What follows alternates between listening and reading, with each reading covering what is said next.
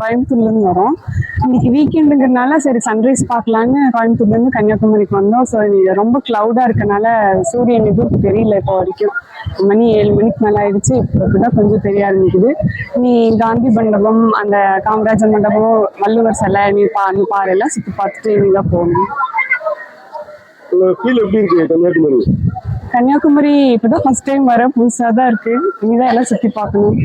Sunrise பார்க்க தான் வந்தோம், ஆனா அது கிடைக்கல. இன்னும் சுத்தி பார்த்துட்டு இனிமேல் தான் போகணும். ஒரு ஏர்லி 6:30 போல கன்னியாகுமரி பீச்சுக்கு வந்தோம். இங்க சன்ரைஸ் பார்க்கலான்னு வந்தோம். ஆனா சன்ரைஸ் மேகமூட்டம் காரணமாக எங்களுக்கு தெரியல. அது ரொம்ப ஏமாற்றமா இருந்துச்சு. அதனால இங்க காந்தி மண்டபம், அதுக்கப்புறம் பகவதி அம்மன் கோயில் இருக்கு, அங்கெல்லாம் போயிட்டு அப்புறம் போட்டிங் போய் விவேகானந்தர் மண்டபத்துக்கு போயிட்டு திருவள்ளுவர் சிலையும் பார்த்துட்டு போகலான்னு இருக்கோம். கன்னியாகுமரியில சன்ரைஸ் தான் மெயினா ஏர்லி மார்னிங் பார்ப்பாங்க. ஆனா இன்னைக்கு சன்ரைஸ் தெரியாததுனால கொஞ்சம் ஏமாற்றமா தான் இருக்கு.